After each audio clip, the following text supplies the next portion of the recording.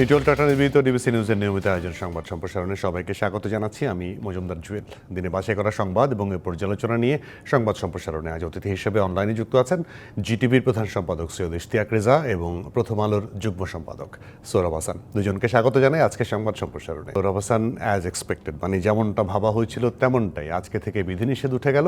কঠোর বিধিনিষেধ দিয়েই মানুষকে স্বাস্থ্যবিধি মানানো যায়নি, সেখানে উঠিয়ে দিয়ে মানানো যাবে না, সেটি আগে থেকে শঙ্কা করা হয়েছিল। আজকের দৃশ্য তাই, মানে মানুষ মোটামুটি সবাই একদিনে সবাই রাস্তায় নেমে পড়েছে, সবারই অনেক কাজ। ধন্যবাদ। কঠোর বিধিনিষেধ, তারপর শিথিল বিধিনিষেধ এবং এখন কোনো বিধিনিষেধ নেই। মনে হলো সরকার সবকিছু হাত পা ছেড়ে দিয়েছে, যে কিছুই করার নেই। কিন্তু করোনা তো মহা দুর্যোগ বৈশ্বিক এবং বাংলাদেশ প্রেক্ষাপটে। এটি এইভাবে যদি আমরা মানে কোনো কিছু করার নেই এটা ধরে নেই, তাহলে বিপদটা সামনে আরো বাড়বে। এবং আপনি যে ছবি দেখালেন টেলিভিশনের খবরে, তাতে তো শঙ্কিত না হয়ে পারে না। কারণ একজন মানে প্রতিটি বাসে প্রচন্ড ভিড়, কেউ দাঁড়িয়েও যাচ্ছেন, আমি ভাড়ার কথা বাদে দিলাম, কিন্তু এই যে স্বাস্থ্য ঝুঁকি এবং অনেকে স্বাস্থ্য বিধিও মানছেন না। এখন এটার উপায় কি? তো সরকার লকডাউন বাস্তবায়ন করতে পারলেন না, কার্যকর করতে পারলেন না। তারপর কিছু কিছু ছেড়ে দিলেন, আজকে পুরোটা ছেড়ে দিতেন এবং মার্কেট গুলোতেও দেখবেন যে প্রচন্ড ভিড়। এর থেকে একটা কিছু পথ তো বের করতে হবে এবং সেক্ষেত্রে স্বাস্থ্যবিধি মেনে চলার কথাই সবাই বলছে। এরকম সরকারের যথেষ্ট আইন শৃঙ্খলা রক্ষা বাহিনীর যথেষ্ট সদস্য আছেন। একবার সেনাবাহিনী নামানো হয়েছিল, বিজিবি নামানো হয়েছিল, র্যাব নামানো হয়েছিল। সম্মিলিতভাবে কেন এই স্বাস্থ্যবিধি মানানো যাবে না? এবং দেখুন যে টিকা, প্রথম দিকে টিকার আগ্রহ ছিল না মানুষের, টিকা নিয়ে নানা রকম প্রচার ছিল। আর আজকে এখন দেখা যাচ্ছে সন্ধ্যাতে এই দুপুর থেকে রাত পর্যন্ত অপেক্ষা করছে টিকা দেওয়ার জন্য, দীর্ঘ অপেক্ষা এবং লাইন দিয়ে মানুষ টিকা নিচ্ছে। স্বাস্থ্যবিধিটাও মানানো যাবে এবং এক্ষেত্রে শুরু থেকে আমরা যেটা বলে আসছি যে শুধু আইন শৃঙ্খলা রক্ষাকারী বাহিনী, শুধু প্রশাসন দিয়ে হবে না, জনগণকে সম্পৃক্ত করতে হবে। পাড়ায় পাড়ায় প্রয়োজনে প্রতি ঘরে ঘরে যেয়ে তাদেরকে বোঝাতে হবে, বলতে হবে এবং মাস্ক ছাড়া যাতে কেউ ঘরের বাইরে না যেতে পারে, এটি কিভাবে নিশ্চিত করা যায় সেটি মনে মনে টহল বাড়াতে হবে। এবং মানুষকে শুধু শাস্তি দিয়েও হবে না, কিন্তু আমার মনে হয় যে শাস্তি এবং বোঝানো এই দুটো পাশাপাশি রাখা দরকার।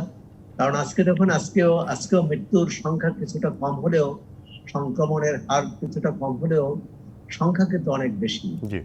এবং আমরা জানি না যে এর পরে এটি কোথায় পৌঁছবে, কারণ সংক্রমণের পথে পথে যে সংক্রমণের আশঙ্কা আছে, ঘরে ঘরে আশঙ্কা আছে, মার্কেটে, পরিবহনে। এখন বাংলাদেশের সবই খোলা, এই খোলা অবস্থায় সংক্রমণ কমবে এটি আশা করা যায় না। তবে দ্বিতীয় ঢেউরে এটি কোন পর্যায়ে, কোন স্তরে আছে সেটি বিশেষজ্ঞরা অনেকে বলছেন যে আগস্টের পর হয়তো এটি স্বাভাবিক নিয়মই নিম্নগামী, সেটা একটি স্বস্তির। আরেকটি হচ্ছে টিকা। টিকাও কিন্তু আমরা এখনো কি বলে খুব সন্তোষজনক অবস্থায় নেই, বরং বলা যায় যে একটা উদ্বেগজনক অবস্থায় আছি। কারণ সরকার প্রথম বলছিল যে 7 দিনে 1 কোটি টিকা দিবে, কিন্তু সেটা দিতে পারেনি। 32 লাখ টিকা দেওয়ার পরেই এখন যে কর্মসূচি চলছে সেটা হচ্ছে যে আগের মতো নিবন্ধন করে ঢিলে ঢালা এবং খুব কিছু সংখ্যক মানুষকে দেয়া। যেখানে 26 কোটি টিকা দরকার 13 কোটি মানুষের জন্য, সেখানে আমরা 1-1.5 কোটি টিকা দিয়েই কিন্তু এক ধরনের কর্মকর্তারা স্বস্তি বোধ করছেন বা স্বস্তি তারা সন্তোষজনক অবস্থায়। টিকাটা কবে আসবে সে ব্যাপারেও কিন্তু আমরা জানি না, মানে জনগণ জানে না যে সরকারের পক্ষ থেকে এটা স্পষ্টভাবে বলা উচিত, টিকার একটি রোডম্যাপ থাকা উচিত না, টিকা আমরা তো মানে সরকারের পক্ষ থেকে বলা লক- হয়েছে, এবং সরকারের পক্ষ থেকে মানে দুদিন আগেও স্বাস্থ্যমন্ত্রী বলেছেন এই মাসের মধ্যে 54 লাখ 1.5 কোটির মতো টিকা আসবে, এবং এর মধ্যে আজকেও টিকা এসছে, কিছুক্ষণ আগে 17 লাখের মতো গতকাল এসছে। টিকা আসছে, এক ধরনের ঘোষণা সরকারের পক্ষ থেকে দেওয়া হয়েছে। সৈয়দ ইশতিয়াক, যে আমি যেটা সোহরাব হোসেন বললেন যে ঘরে ঘরে গিয়ে মানুষকে উদ্বুদ্ধ করা যায়নি, মানে একটা জিনিস তো এই করোনার সব শুরু থেকে দেখা যাচ্ছে যে মূলত আমলারাই নির্দেশনা দিচ্ছে, প্রশাসন চেষ্টা করছে, তো প্রশাসনের বাইরে জনপ্রতিনিধি, প্রত্যেকটা পাড়া মহল্লা, প্রত্যেকটা ওয়ার্ডে সরকার দলের কমিটি আছে, নেতৃবৃন্দ আছে, তাদেরকে কিন্তু সেভাবে নামতে দেখা যায়নি যে স্বাস্থ্যবিধি বানানো, মাস্ক পরানো, সেসব ক্ষেত্রে এগুলো হয়নি কেন? প্রথম কথা হলো, আপনি যে প্রশ্ন সৌরভ ভাইকে করেছেন যে আজকে যে খুলে দেওয়া হলো এবং সেখানে যে স্বাস্থ্যবিধি এবং জীবন জীবিকা দুইটা বিমূর্ত শব্দ এখন বাংলাদেশের। স্বাস্থ্যবিধি বলতে কি বোঝায় এটা কারো কাছে পরিষ্কার না, এবং জীবন ও জীবিকা তার চেয়ে বেশি বিমূর্ত। কোনটা যে জীবন আর কোনটা যে জীবিকা সত্যি সত্যি সেটা বলা খুব কঠিন। আমরা করোনার সময় দুইটা শব্দ শিখেছি, কিন্তু আসলে কি যে শিখেছি সেটা আমরা বলতে পারি। প্রথম কথা হলো, তথ্য এবং বার্তা এক জিনিস না। আপনার কাছে তথ্য আছে, কিন্তু এটাকে মেসেজ আকারে রূপান্তরিত করে আপনাকে কিন্তু দিতে হবে। সেই ভাবনা থেকে আমি বলবো সরকার এখন যে কাজটি করেছে, সবকিছু খুলে দিয়েছে, এটা বরং অনেক ভালো কাজ হয়েছে। No message is better than mix message, অর্থাৎ মিশ্র বার্তা কিংবা সংশয় কোনো বার্তার চেয়ে কোনো বার্তা না দেওয়া ভালো, এবং সেটা ভালো হয়েছে। কারণ লকডাউনের নামে আমরা যা করছিলাম কোনো কিছুই বৈজ্ঞানিক পদ্ধতিতে হচ্ছিল না, তার চেয়ে বরং এটা ভালো হয়েছে যে আমি ছেড়ে দিলাম, এবার তোমরা যদি বাঁচতে পারো বাঁচো, না বাঁচলে নাই। স্বাস্থ্যবিধির এই সমস্ত কথা বলে আসলে কোনো লাভ নেই। যে কথা আপনি বলছিলেন যে জনসম্পৃক্ততার কথা, এটা আমরা শুরু থেকে বলে আসছিলাম। জনস্বাস্থ্য সমস্যায় সবচেয়ে বড় কাজ দেয় হলো জনসম্পৃক্ততা। বাংলাদেশে কিন্তু সেটার সাফল্যের ইতিহাস আছে। আমরা বাংলাদেশে মানুষকে সম্পৃক্ত করে পরিবার পরিকল্পনায় কিন্তু সাফল্য পেয়েছিলাম, এমনকি ইমামদেরকেও কিন্তু সংযুক্ত করা গেছিল। আপনার নিশ্চয়ই সবার আমাদের মনে থাকার কথা। আমরা সাফল্য পেয়েছিলাম পোলিও নির্মূলে। বাংলাদেশের মানুষকে যুক্ত করে ৭১-এর পরে স্বেচ্ছাসেবী প্রতিষ্ঠানগুলো কিভাবে বাংলাদেশকে পুনর্গঠিত করেছিল মানুষের মাঝে, সেই ইতিহাস তো আমাদের মধ্যে আছে। ইপিআই প্রোগ্রাম, সম্প্রসারিত টিকাদান কর্মসূচি, একটা অসাধারণ কর্মসূচি। দক্ষিণ এশিয়ার মধ্যে বাংলাদেশ সবার আগে সফল হয়েছিল, তাহলে এখন বাংলাদেশ কেন পারছে না? এই বিষয়টা আমার কাছে মনে হয় যে একটু তদন্ত করা দরকার, একটু মানে গভীরে গিয়ে দেখা দরকার। প্রথম কথা হলো, আমরা মনে করেছি করোনা ভাইরাসটাকে পুলিশ এবং প্রশাসনিক পদক্ষেপ দিয়ে দমন করে ফেলবো। এটা তো দমন করার বিষয় না। এটা মনোজগতের যে একটা সংস্কৃতি ঢুকেছে যে সবাইকে দমন করা যায়, সম্ভবত সেটা। কিন্তু এটা তো বেসিক্যালি, এটা তো মূলত একটি বিজ্ঞান। আপনাকে বৈজ্ঞানিক পদ্ধতিতে এর সাথে লড়াই করতে হবে। আমাদের লড়াইটা ছিল অবৈজ্ঞানিক ভাবে। এমনকি লকডাউনটাও যে আমরা দিয়েছি বা বিধিনিষেধ দিয়েছি, সেটাও কিন্তু অবৈজ্ঞানিক ভাবে।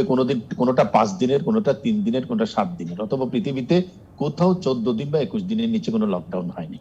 আবার লকডাউন যেটা হয়েছে সেটাও কিন্তু ছিল খুবই, কোনোটা খোলা কোনোটা বন্ধ, এমন একটা অবস্থা ছিল। তো সেই কারণে সবচেয়ে বড় কথা, এদেশের মানুষের কাছে পৌঁছতে গেলে একটা সোশ্যাল মোবিলাইজেশন, নাগরিক আন্দোলনের মতন প্রয়োজন হয়। আপনার এত বড় একটা স্থানীয় সরকার কাঠামো আছে, ইউনিয়ন পর্যন্ত, আমরা কি তাদেরকে যুক্ত করতে পেরেছি কিনা? কোনোভাবে তাদেরকে পাইনি। আমরা বরং চেষ্টা করেছি এটাকে প্রশাসনিক ভাবে দমন করতে, এবং সেটাই এখন আমরা ফলটা দেখতে পাচ্ছি। প্রতিদিন 200-এর উপরে মৃত্যু হচ্ছে, এবং বিশ্বে এখন আমাদের অবস্থান কিন্তু প্রধান 10টি সংক্রমিত দেশের মধ্যে। কিন্তু আমরা মৃত্যুর দিক থেকেও কিন্তু আমরা ধীরে ধীরে উপরের দিকে চলে যাচ্ছি। বাস্তবতা হলো, আপনাকে টিকা দিতে হবে এখন মানুষের মধ্যে যদি হার্ড ইমিউনিটি আনতে হয়। এবং আমি মনে করি সরকারের এই অবস্থানটাই রাইট এখন, যে আমি টিকা দিব, যতটা পারি যেখান থেকে পারি টিকা আনবো। এবং বাংলাদেশ সরকার কিন্তু 4 ধরনের টিকা রোল আউট করেছে। এটা একটা চ্যালেঞ্জ কিন্তু টিকার ব্যবস্থাপনা। প্রথম হলো অ্যাস্ট্রাজেনেকা, যেটা প্রথম আমরা দিয়েছি সবাই। এখন যারা প্রথম ডোজ পায়নি তাদের 14 লক্ষ মানুষকে দ্বিতীয় ডোজ দিতে হবে, এটা মাথায় রাখতে হবে। যারা মডার্না দিয়েছিলেন শুরুর দিকে, তাদের দ্বিতীয় ডোজের টাইম চলে আসছে, কিন্তু মডার্না দিতে হবে তাকে, সেই ব্যক্তিকে, মিক্স করলে চলবে না। যারা ফাইজার দিয়েছিলেন তাদেরও কিন্তু দ্বিতীয় ডোজের সময় চলে আসছে। সিনোফার্মা আমাদের হাতে একমাত্র বেশি সংখ্যক আছে। সুতরাং সবকিছু মিলিয়ে এটা শুধু সংখ্যা না, কিন্তু এটা একটা ব্যবস্থাপনা। যেমন আমরা প্রথম দিন টিকা ক্যাম্পেইনে 28 লক্ষ মানুষকে টিকা দিয়েছি, সব মিলিয়ে প্রায় 30 লক্ষ। কোন কোন দেশের জনসংখ্যাই এত না। আমাদের কিছু দুর্গম এলাকা আছে, সেখানে টিকা পৌঁছাতে হবে, এবং শুধু টিকা পৌঁছালে হবে না, এই টিকাটাকে অ্যাডমিনিস্টার করতে হবে, অর্থাৎ প্রয়োগটা সঠিকভাবে হচ্ছে কিনা সেটা দেখতে হবে। 2-1 জায়গায় বিচ্ছিন্ন ঘটনা ঘটছে। এই যে মানুষ টিকা নিতে চাচ্ছে, আমি এটাকে ইতিবাচক হিসেবে দেখি। ভোরবেলা ফজর নামাজ পড়ে চলে যাচ্ছে, এটা খুবই ইতিবাচক। এই ইতিবাচক মনোভাবটাকে আমার কাজে লাগাতে হবে, মানুষের এই সচেতনতাকে যেন ভেঙে না পড়ে, টিকার প্রতি যেন বিদ্বেষ তৈরি না হয়, বিরূপতা তৈরি না হয় মিসম্যানেজমেন্টের কারণে, অব্যবস্থাপনার কারণে। এখন আমাদের প্রতিদিনকার কাজ হলো মাসে আমাকে 1 কোটি লোকের টিকা দিতে হবে।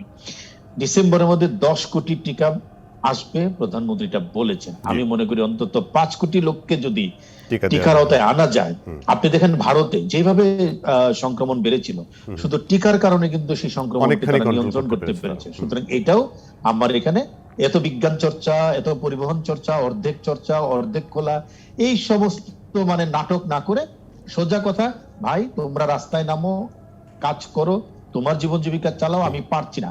কারণ বাংলাদেশ যে লকডাউন বাস্তবায়ন করতে পারে না তার প্রমাণ আমরা রেখেছি। আমাদের শাসন প্রণালীর ভিতরে কোথাও না কোথাও এমন একটা সমস্যা তৈরি হয়েছে যা আমরা মানুষের সাথে কোনো যোগাযোগই রাখতে পারছি না, যেটাকে বলে কানেক্টিভিটি উইথ দ্য পিপল, এটা হয়নি। সুতরাং এখন টিকা দেওয়া ছাড়া কোনো উপায় নেই। ওই স্বাস্থ্যবিধি মানাও হবে না, যেটা সৌরভ ভাই বলছেন, এদেরকে দিয়ে, আইন শৃঙ্খলা বাহিনীকে দিয়ে বাধ্য করা, এই বাধ্যও করানো যাবে না। কারণ আমরা দেখেছি এটা সম্ভব না। আসলে একটা ডিফাইং কালচার, যে কোনো কিছুকে মেনে নেওয়ার সংস্কৃতি আমাদের মধ্যে আছে, তেমনি যারা মানাবেন তাদের ভিতরে কিন্তু মানানোর সংস্কৃতির অভাব আছে। মানুষ টিকা স্বাস্থ্যবিধি মানছে না, মানুষকে কেন মানানো গেল না, এই জবাবদিহিটা যেহেতু পাবো না, তার চেয়ে বরং টিকা দেওয়াই ভালো। জি, অবশ্যই আমরা অপেক্ষায় থাকলাম। টিকা আসছে, টিকা আসবে এবং সাধারণ সব মানুষ পাবে বলেই আমরা আশা করতে পারি। দুজনেই থাকবেন, একটা বিরতি নিয়ে ফিরে এসে আবারও আলোচনায় যুক্ত হচ্ছে আপনাদের সঙ্গে। দর্শক, নিটল টাটা নিবেদিত সংবাদ সম্প্রসারণে একটা বিরতির সময় হচ্ছে, সঙ্গে বিরতির পর আবারও স্বাগত নিটল টাটা নিবেদিত সংবাদ সম্প্রসারণের সাথে আছেন জিটিভির প্রধান সম্পাদক সৈয়দ ইশতিয়াক রেজা এবং প্রথম আলোর যুগ্ম সম্পাদক সৌরভ হাসান। সৌরভ হাসান, আজকে ফেনীতে যে ঘটনা ঘটলো, মানে ফেনীতে ঘটনাটা খুবই দুঃখজনক। একজন পুলিশের বড় কর্তা, মানে ডিবির জেলার ওসি, মানে হচ্ছে তিনি ডিবির সেই জেলার প্রধান, তিনি স্বর্ণ ছিনতাই করেছেন। তাকে সহ 6 জনকে গ্রেপ্তার করা হয়েছে, তাদেরকে আজকে রিমান্ডে নেওয়া হয়েছে। এরকম নৈতিক স্খলন এর আগেও পুলিশ সদস্য দেখা গেছে, এবং তাতে পুলিশ সদস্যরা যেহেতু তদন্ত করছে, সেক্ষেত্রে কোনো রকম ছাড় পেয়ে যাওয়ার কোনো সম্ভাবনা আছে কিনা? এর আগের ঘটনায় আমরা কি দেখেছি? বিচার প্রথমত হচ্ছে যে এই ধরনের রাষ্ট্রীয় বাহিনী, হ্যালো, শোনা যাচ্ছে? জি, আমি শুনতে পাচ্ছি আপনার। আচ্ছা, মানে এই ধরনের রাষ্ট্রীয় বাহিনী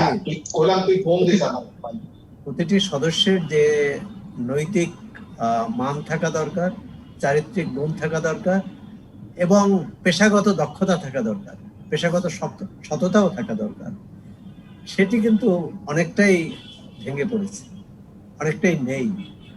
আজকে এটা ধরা পড়েছে, ডিবির ওসি সহ কয়েকজন ধরা পড়েছে, এবং তারা এদের আইন শৃঙ্খলা রক্ষাকারী বাহিনীর দায়িত্ব হলো দেশে যাতে অপরাধ না ঘটে, চুরি, ছিনতাই, ডাকাতি না ঘটে, বা এই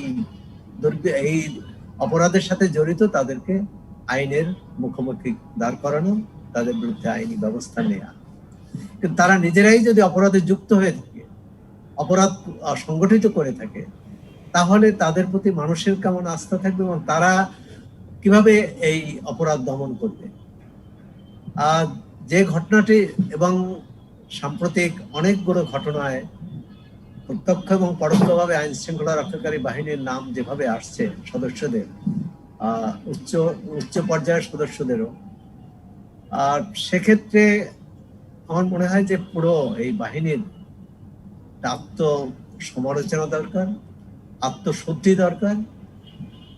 কথা হচ্ছে যে আত্মশুদ্ধিটা কে করবে? সরকার করবে। এখন সরকার করবে, সরকার কতটা করার বলবো যে সক্ষমতা রাখে।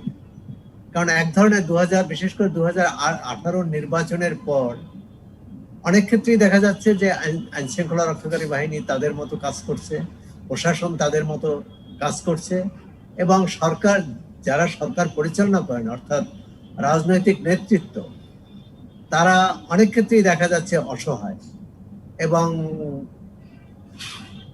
তারা তাদের সাথে একটা কথাই বলা যায় যে পেরে উঠছে না। এই যে এক ধরনের যে কোনো বাহিনী বা যে কোনো সদস্য, যে কোনো নাগরিককেও, কাউকে তো আইনের ঊর্ধ্বে ভাবা ঠিক নয়। কিন্তু আমাদের দুর্ভাগ্যজনক ভাবে হলেও সত্য, এখন অনেকেই প্রশাসনে যারা আছেন, আইন শৃঙ্খলা রক্ষাকারী এই বাহিনীতে যারা ঘটনাগুলো আছেন, ঘটছে, তা- দুঃখজনক তারা হলেও সত্য। নিজেদের আইনের ঊর্ধ্বে ভাবেন। জি, সৈয়দ এই ভাবাটা বন্ধ করতে হবে এবং সে কঠোর হাতে ব্যবস্থা নিতে হবে। আপনি যেটা শুরুতে বলছিলেন যে অনেক এর আগেও এরকম নৈতিক স্খলনের ঘটনা ঘটেছে, অভিযোগ পাওয়া গেছে, কিন্তু কয়টির বিচার হয়েছে? এ ব্যাপারে স্বরাষ্ট্র মন্ত্রণালয়কে, পুলিশের আইজিপিকে মানে সরাসরি বলতে হবে যে কতগুলো ঘটনা ঘটেছে, কয়টায় তারা কতগুলো বিচার ব্যবস্থা হয়েছে, জি, নিয়েছে, আরো কয়টায় আরো নেননি, কঠোর হতে কেন হবে, জি। নেননি, কেন নিতে পারেন। সৈয়দ ইশতেকের পাশাপাশি একটা যুক্ত তো করা, যেমন কক্সবাজারের ঘটনা, প্রদীপ কিন্তু ছাড় পায়নি। তারপরে বাবুলের কথা, যেটা এসপি বাবুল তার স্ত্রীকে হত্যা মামলায় মাঝখানে মনে হচ্ছিল ছাড়া পেয়ে গেছেন, কিন্তু শেষ পর্যন্ত তিনি গ্রেপ্তার হতে বাধ্য হয়েছেন। এই ঘটনাগুলো ঠিক আছে, সেগুলো আছে, কিন্তু বড় অর্থে মানুষ জানে না কতটার বিচার হয়েছে। সৈয়দ ইশতেক, আপনার শব্দটি শুনতে পাচ্ছি না, আনমিউট করতে হবে। পুলিশ বাহিনীর সদস্যরা যখন কোনো অপরাধ করে, যেমন দেখেন এই যে ফেনীর ঘটনায় যে ওসির নেতৃত্বে একদল পুলিশ সদস্য তারা একজন ব্যবসায়ীর কাছ থেকে স্বর্ণের বার ছিনতাই করলো। এই স্বর্ণ ব্যবসায়ী যথেষ্ট সাহসী, যার কারণে তিনি একটা মামলা করেছেন। বেশিরভাগ ক্ষেত্রে মানুষ নীরব হয়ে যায়, ফলে দেখেন এই ধরনের ঘটনা আমরা আর জানতে পারি না। এই পুলিশের ওসির ও ডিবির ওসির দুর্ভাগ্য যে এই ভদ্রলোক সাহস করে মামলাটা করেছে। তো এটা দুটো ঘটনা প্রমাণ করে। এবং একটা হলো এই ইশতেক, আমি একটু যুক্ত করতে চাই, শুধু দুর্ভাগ্য তার নয়, গোপাল কৃষ্ণেরও সৌভাগ্য যে তাকে গুম করা হয়নি বা তাকে অন্য কোনো মামলায় ফাঁসিয়ে দেওয়া হয়নি। আমি এক্স্যাক্টলি এই কথাটাই আসছিলাম যে তিনি অন্তত এটুকু যেতে পারেছেন, তার আগেই হয়তো তাকে হয়তো অন্য কোনো মানে বিশেষ ব্যবস্থার মুখোমুখি হতে হয়নি। এখন এই যে পুলিশের ওসি, ডিবির ওসি সাহেব এই কাজটা করলেন, তার ভিতরে দুটো ধারণা কাজ করেছে।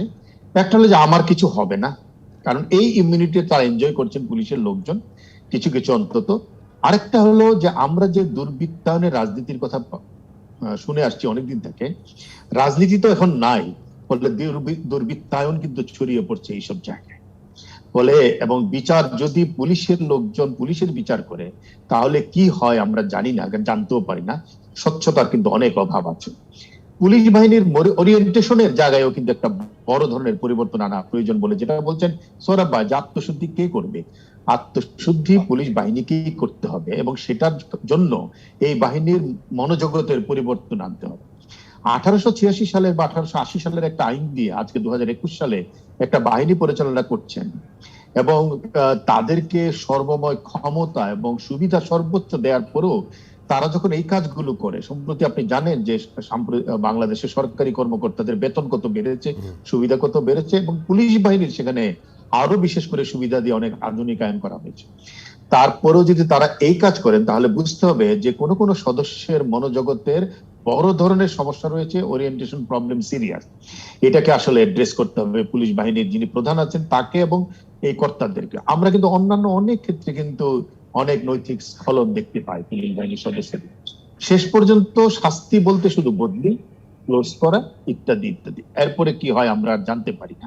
হয়তো বছর শেষে একটা হিসাব দেওয়া হবে যে বিভাগীয় এই ব্যবস্থা নেওয়া হয়েছে, কি ব্যবস্থা নেওয়া হয়েছে সেটা কিন্তু আর জানা যায়।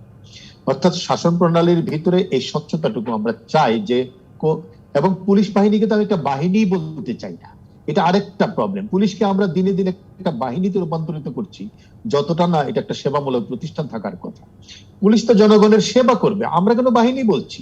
বাহিনী বলছি মানে হলো তাকে আমরা 3 তারকা দিচ্ছি, তার অনেক ফ্ল্যাগ দিচ্ছি, তার সুবিধা বাড়াচ্ছি, তার গাড়ির শ্রীবৃদ্ধি ঘটাচ্ছি, কিন্তু সে কতটা মানুষের উপকারে লাগছে, মানুষের কাজে লাগছে, আইন শৃঙ্খলা বাহিনী হিসেবে তারা কতটা আইন শৃঙ্খলা নিয়ন্ত্রণ করছে, সেটা বরং অনেক বেশি আমাদের চিন্তার মধ্যে আনা দরকার। আমাদেরও কিন্তু মানুষেরও মনোজগতের পরিবর্তন দরকার। আমরা কেন বারবার পুলিশ বাহিনী বলছি? আমরা বরং বলবো যে পুলিশ জনসেবামূলক একটি প্রতিষ্ঠান। সেটা যদি আমরা এস্টাবলিশ করতে পারি পুলিশ নিজস্ব জায়গা থেকে এবং জনগণের জায়গা থেকে, তাহলে কিন্তু একটা সমাধান আসবে। সৌরভ ভাই রাইটলি বলেছেন, রাজনৈতিক নেতৃত্বের দুর্বলতায় কিন্তু অনেক কিছু ঘটে। আমরা প্রত্যেকটা জায়গায় রাজনৈতিক নেতৃত্বের একটা সবলতা চাই, কিন্তু সেই রাজনৈতিক নেতৃত্ব কারা দিচ্ছেন, কোন কোন জায়গায় কারা দিচ্ছেন, সেটাও কিন্তু এবং কিভাবে দিচ্ছেন সেটাও কিন্তু বিচার্য বিষয়। সামগ্রিকভাবে আমি বলবো বাংলাদেশের সমাজ একটা বড় ধরনের পরিবর্তনের ভিতর দিয়ে যাচ্ছে, এবং সেটা কিন্তু খুবই নেতিবাচক। কখন আমরা ইতিবাচক রাস্তায় উঠতে পারবো আমরা ঠিক জানি না আসলে। অবশ্যই আমরা সেই আশায় থাকতে পারি, কারণ আপনার কথা সূত্র ধরে বলতে চাই যে তোফায়েল আহমদের মতো নেতা যদি বলেন রাজনীতি আর রাজনীতিবিদদের হাতে নেই, তখন এটা অবশ্যই শঙ্কার জায়গা তৈরি করে। ইশতিয়াক রেজা এবং সোহরাব হোসেন দুজনে থাকবে, একটা বিরতি নিয়ে আবারও ফিরছি আপনাদের কাছে। নিটল টাটা নির্মিত সংবাদ সম্প্রসারণ আরও একটা বিরতি, দর্শক সঙ্গে থাকবেন। বিরতির পর আবার স্বাগত। নিটল টাটা নির্মিত সংবাদ সম্প্রসারণের সাথে আছেন সৈয়দ ইশতিয়াক রেজা এবং সোহরাব হাসান।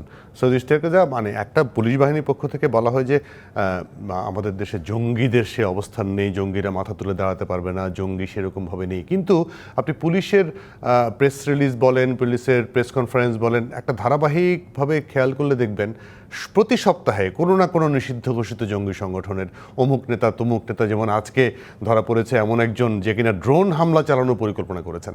তাহলে জঙ্গিরা এরা আছে কোথায়, কোথা থেকে মানে হঠাৎ করে মাথাচাড়া দিয়ে ওঠে, তা থেকে ধরা হচ্ছে কোত্থেকে? না দেখেন, যে কোনো আলোচনা করতে হয় কিন্তু কনটেক্সচুয়ালি। কনটেক্সট যদি চিন্তা করেন, 2016 সালের 1 জুলাইয়ের আগের বাংলাদেশ পরের বাংলাদেশ এক না। 2016 সালের 1 জুলাই হোলি আর্টিজানে হামলার মধ্য দিয়ে বাংলাদেশে যে অবস্থাটা তৈরি হয়েছিল, আমি বলবো যে সেখান থেকে বাংলাদেশের আইন শৃঙ্খলা বাহিনীর একটা বড় সাফল্য যে তারা জঙ্গি খতম করতে পেরেছে অনেকাংশে। এবং সেটার কারণ ছিল যে রাজনৈতিক জায়গা থেকে, নেতৃত্বের জায়গা থেকে তাদেরকে সেটা বলা হয়েছে যে তোমরা তোমাদের সর্বোচ্চ ক্ষমতা প্রয়োগ করো, এবং তারা সেটা কিন্তু করতে পেরেছে।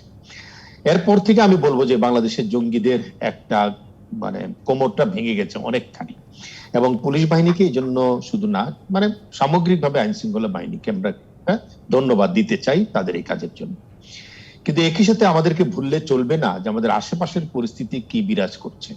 আফগানিস্তানে এই মুহূর্তে তালেবানের যে জয় জয়কার এবং তার যে সম্প্রসারিত রূপ আমরা দেখতে পাচ্ছি, সেটার কিন্তু বড় ধরনের একটা মানে আমি বলবো যে অনেকের জন্য বাংলাদেশি জঙ্গিদের জন্য একটা আনন্দ বার্তা, এবং তারা কিন্তু এই সুযোগটা নেওয়ার চেষ্টা করবে। এবং তারা এত জনবসতিপূর্ণ দেশ, সেখানে কিন্তু তারা একটা অর্গানাইজ করবে, সংগঠিত হওয়ার চেষ্টা করবে। সবচেয়ে বড় কথা হলো জঙ্গিদের প্রতি তো একটা রাজনৈতিক সমর্থন আছে এখানে। আমরা যে রাজনীতিটা দেখতে পাই, জামাত বিএনপির রাজনীতি তো সরাসরি ওদের রাজনীতির পক্ষে যায় কোনো না কোনো ভাবে, যদিও তারা অস্বীকার করবে। কিন্তু একটা সেম টাইম আওয়ামী লীগ মুক্তিযুদ্ধের পক্ষের শক্তি হিসেবে দেশ শাসনকালে যে রাজনীতিটা করছে, তারা কি রাজনৈতিক চর্চা করছে না ক্ষমতার চর্চা করছে? সুতরাং আওয়ামী লীগ যখন তার সংগঠনগুলো যখন অনেক বেশি ক্ষমতার চর্চা করবে, তখন কিন্তু ফাঁক ফোকর গুলো তৈরি হয় কিন্তু এই ধরনের বাহিনীদের জন্য, জঙ্গি বাহিনীদের জন্য। এবং সেখানে দেখেন আপনি, সেটাই কিন্তু ঘটছে কিন্তু এখন। অর্থাৎ আওয়ামী লীগ সহ মুক্তিযুদ্ধের পক্ষের শক্তি যত বেশি বিভক্ত হচ্ছে, যত বেশি বিভাজিত হচ্ছে, যত বেশি দুর্বল অথবা যত বেশি নীরব থাকছে, তারা কিন্তু শক্তিশালী হওয়ার চেষ্টা করছে। পুলিশ দিয়ে আপনি জঙ্গি বাহিনীকে অবশ্যই ধরবেন, কিন্তু জঙ্গিবাদ নির্মূলে সবচেয়ে বড় জায়গাটা হলো একটা রাজনৈতিক সংস্কৃতির জায়গা তৈরি করা। এবং আমাদের সেই সাংস্কৃতিক আন্দোলনটা কিন্তু আমরা করতে পারছি না।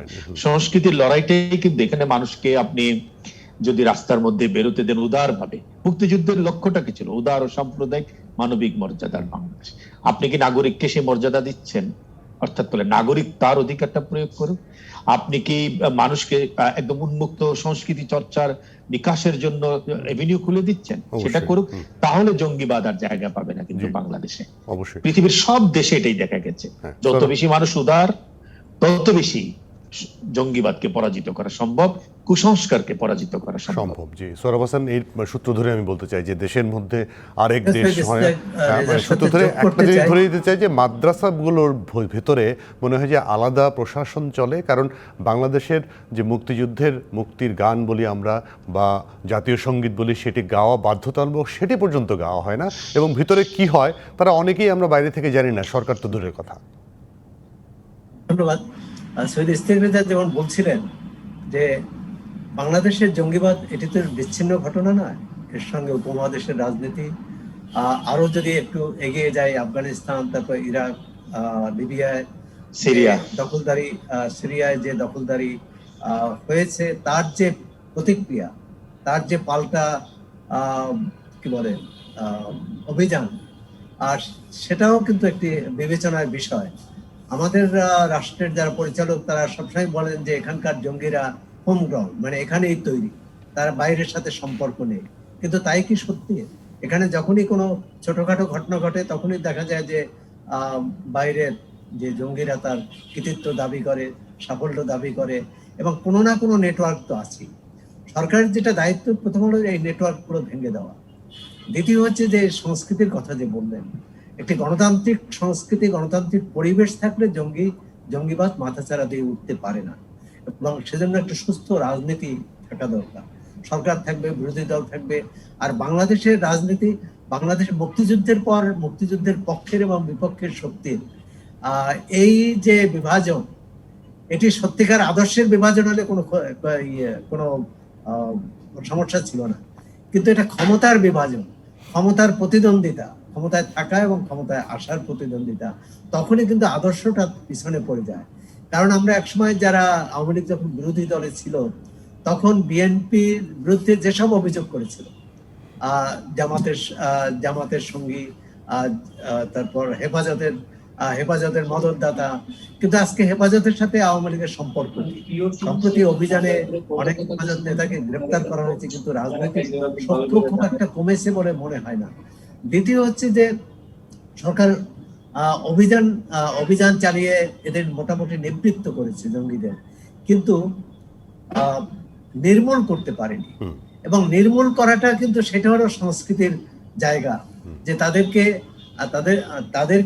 তারা যে তাদের রাজনৈতিক পথ যে ভুল, তাদের এই জঙ্গিবাদের পথ যে ভুল, সে কথাটি কিন্তু বোঝাতে হবে। সে কথাটি বোঝানো মানে কি, সে কথাটি প্রমাণ করতে হবে। এবং হলিয়াটিজানের পর অবশ্যই এর আগে যাই মানুষের মধ্যে দ্বিধাদ্বন্দ্ব বা সন্দেহ থাকুক, হলিয়াটিজানের পর আর কোনো সন্দেহ ছিল না এই জঙ্গিরা কত বড় মানবতা বিরোধী, কত বড়